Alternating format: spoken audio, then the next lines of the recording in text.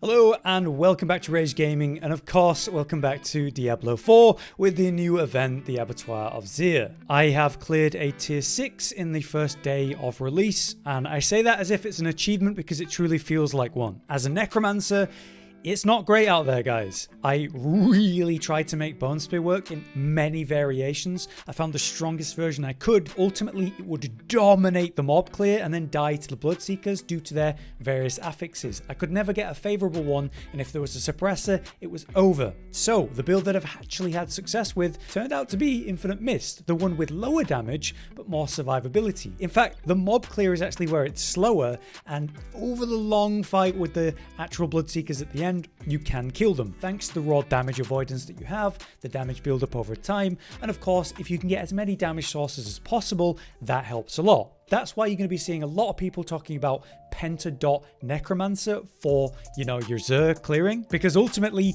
while Bone Spear has way better like burst and mob clear, and it just can't handle the way they've got the 3 Bloodseekers working nearly as well as pentadot can. However, there's a problem with pentadot in that its DPS is capped. If the Bone Spear could just survive, it would do way better, but it can't. So ultimately, with an infinite mist or pentadot build, you're going to be capped on your progression in the Bloodforge tiers pretty much down to DPS, which, as we know, we can incrementally improve by leveling this new glyph, the Tears of Blood.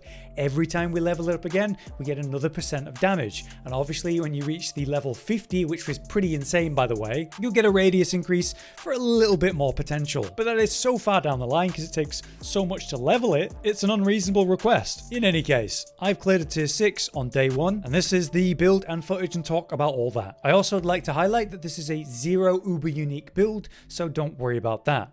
So we're going to start with the skill tree as always. From the top, we have 2 points in the basic wherever, it doesn't matter, it's just to get to the next level where you don't actually use a basic. We have 1 point into Blight, and we're getting some item contribution of course, and then we enhance it and go for Supernatural to make Blight allow us to deal more damage. So it's one of our sources of shadow damage over time. We also take 3 out of 3 Hued Flesh for the corpse spawning.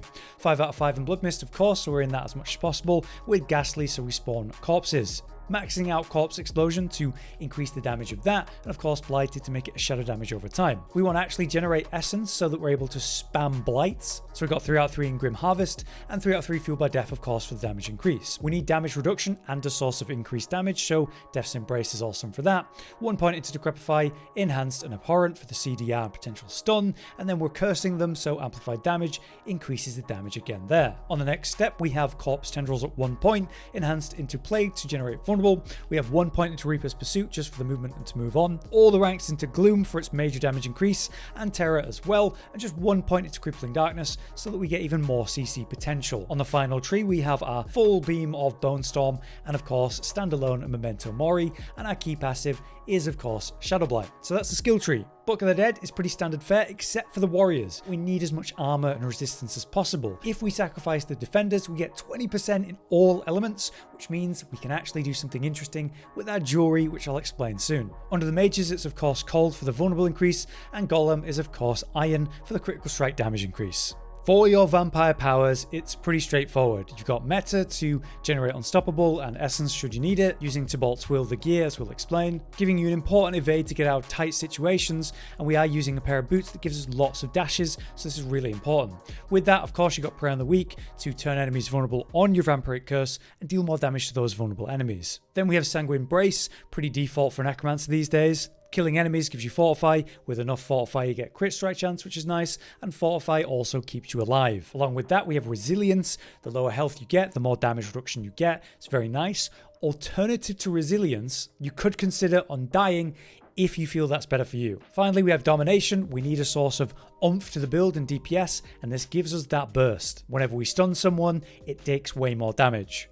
And that brings us to a Paragon. I'm just going to scroll over each board in the order that I go, should you want to pause and have a look at any point. Let's go up to the 4th board, and then the 5th board, and then let's explain everything. So we have the starter board where we're doing the standard stuff as we come up, and the glyph is as it was before with the Bone Spear version, Sacrificial. The reason Sacrificial is important here is because it enhances the magic nodes within range.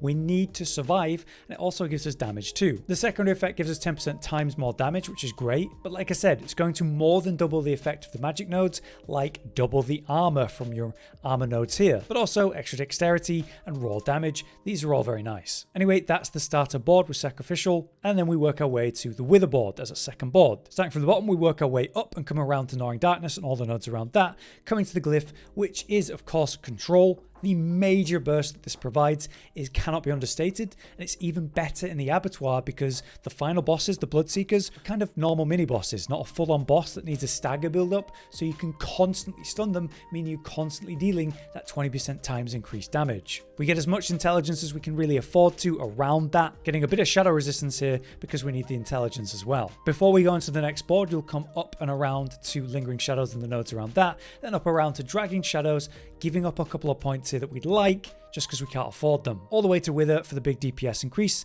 this provides. Then back to the Glyph, we come to the left and come to our third board, which is Flesh Eater. This is the one where, of course, we have the new Glyph, Tears of Blood. So we enter the board coming around, picking up the Glyph socket and activating Tears of Blood, at which point you're going to need to pick up every single normal node main stat you can get, which does not include this magic node for resistance to all elements, and this one for damage to elites. With that, we're able to currently get, with my level of Tears of Blood at 4, 72.7% damage, and all the other benefits. Bringing this up and around, we go pick up Flesh Eater, and also touch on Stifle, just to get the damage to injured enemies, and a little bit more critical strike damage. It's pretty impactful. For now though, let's go back to the second board, where we work our way up near from Dragging Shadows to the next board. This one is of course Scent of Death for the massive damage reduction. Work our way from the bottom, coming over to Ruin and all the nodes around that, working our way around to Scent of Death itself, and then up to the Glyph, which is of course Essence. Major crit strike damage increase, and any enemy that is not healthy, even more critical strike damage. Also, we get another preservation node here,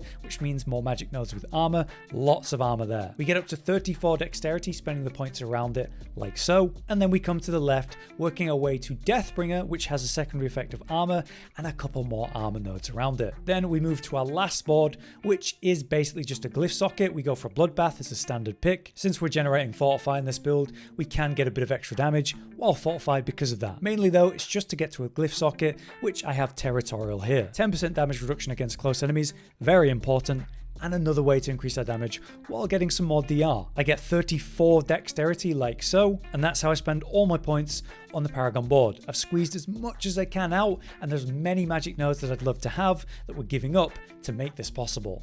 This brings us to the all-important gear section. I'm just going to jump straight in. From the helmet, we have Disobedience. We're going to need as much armor as possible. Currently, I'm sat at 9,198, and I do have an armor potion on. We'll talk about that in the gameplay section. You want to get as close to 15k armor as possible, which means while Disobedience is running, potions, and also incense. You need as much as you can get. So Disobedience is basically a non-negotiable. On my chest, I've got Shielding Storm. We're generating a ton of Bone Storms in this build, of course. On the gloves, we have our Ultimate Shadow to turn our Bone Storm into a Darkness skill. The legs, of course, Tibalt's Will, a major DPS increase, and also helps us generate plenty of essence, which is very nice. And then on the boots, we have the Greaves of the Empty Tomb. I was using Flicker Step, but eventually I swapped to the Greaves of the Empty Tomb. This is entirely due to the affixes. We get more damage reduction thanks to the shadow damage over time affected enemies. We get Lucky Hit, movement speed, and essence cost reduction. All of these are pretty decent. The Lucky Hit and the damage reduction, that's why we have it on. Flicker Step is great, and it helps reduce the cooldown of Bone Storm, but it also has you dashing into the enemies at the wrong time to help reset, and I've been one-shot because of it. I found the Greaves here with their affixes was a safer pick. We have a wand that comes with Lucky Hit, which is very important, and of course I've got Grasping Veins on that. The offhand is Lidless Wall, which is a shield giving us more damage reduction potential with blocking and so on. It also gives us more life, and it's generating tons of Bone Storms everywhere, spreading that, keeping Disobedience going, spreading shadow damage in more places, causing our key passive to trigger, and more. For the rings, it's pretty standard. X-Files for the extra damage as you're fighting enemies dealing damage over time, and Sacrilegious Soul, which has awesome affixes, and obviously is auto-triggering the Corpse Explosion and Tendrils. The amulet then, the most important thing, is Blighted, giving us a major DPS increase, best found on the amulet. And those are the aspects that I'm running. I wish I could be running, say, Blood-Soaked to get some Desecrated Ground, really go the pentadot route, but I just can't afford to. This is just the best version that I've been able to find that is both survivable and has enough damage. The problem with the build is damage more than survivability though. So as time progresses and we level Tears of Blood more and more, that's going to help solve it. In terms of affixes, of course, on your gloves, it'd be great if you could get some ranks of blight, but the most important thing is lucky hit chance. Lucky hit chance barrier on helm, gloves, I've got it on the boots, we've got it on our wand inherently, on our rings, and you can also get when barriered on your amulet if you're lucky. Damage reduction is very important. We've got total armor, max life, damage reduction. Different sources of damage reduction is important. You can check it in the screen here on the defense. You want as much as all damage from close, distant, and damage reduction from shadow dot to stop raw damage of any kind. Armor is great, element resistance is great, but raw damage reduction is the best. In terms of our gems though, we've got all health in our armor and shield. We have the one that increases our critical strike damage to vulnerable enemies on the wand. And as you can see, I'm stacking all armor in my jewelry because I'm at max element resistances without needing this. Like I said earlier, the sacrifice of defenders, we get 20% in all of them.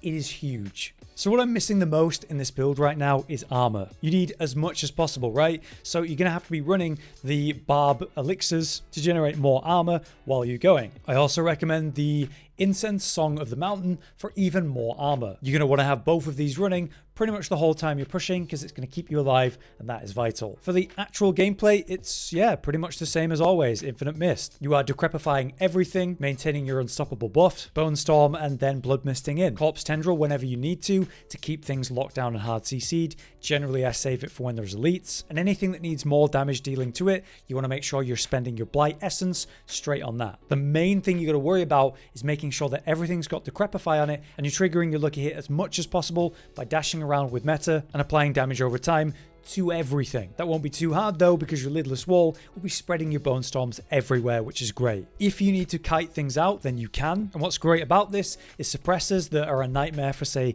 other builds and Bone Spear, we don't really care about it, which is wonderful. But yeah, this is the build that I've used to clear the highest tiers that I've been working on. I'm recording this on day 1, but I know this video is going to go out in a couple of days, so be aware some progression will have happened for me. But I strongly recommend you guys just clear out tier 1 blood forges until you get your Tears of Blood unique glyph to, like, say, level 4. Then you can push a little bit more and a little bit more as it gets higher and higher level. It is a major DPS increase, and that is the most important thing in this build. Overall, my opinion of Necromancer in the Abattoir is not great. Barbarians can tank so much more than us. Sorcerers are dealing 50 billion times more DPS than us. Rogues are actually doing pretty decent, but I would say that Necromancer and Druid are the classes that are suffering the most in this content. Just getting deleted randomly never feels good, especially when you're working this hard to avoid it. But it definitely feels like Necromancer is far from the strongest class right now for this specific type of content. But I hope this build has helped you. Hope the information within was useful. And I wish you the best of luck in your Blood Forge.